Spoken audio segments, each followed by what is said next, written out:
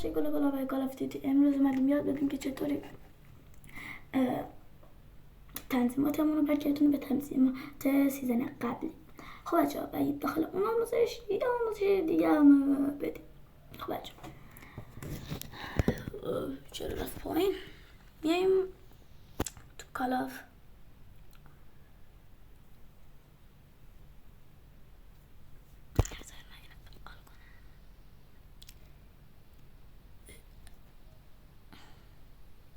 هرچی تو کال آف میاد من. خب بچه ها اومد.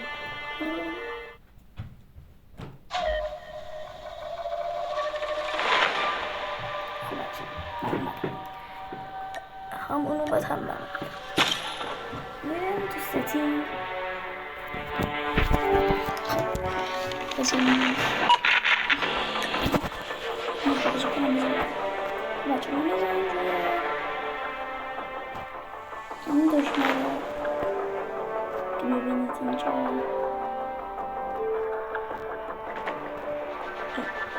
بزنیم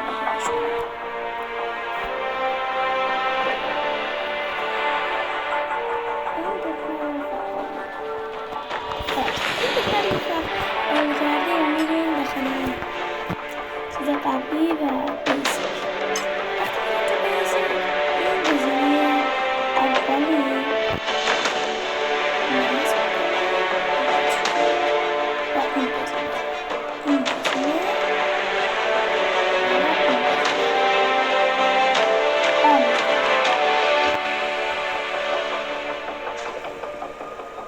این گزینه و این گزینه آن میکنیم. این دوتا اونا رو که آن کردیم الان قدرت سویچ کردن ما بیشتر میشه. بذاریم من برگردونم به تنظیمات قبلی هم ببینیم میشه که میتونیم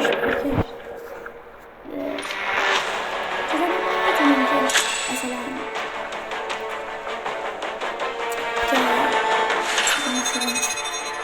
سریع‌تر کارمون رو بشه وقتی از اون تنظیمات قبلی برمیگردونیم تو اینه که تنظیمات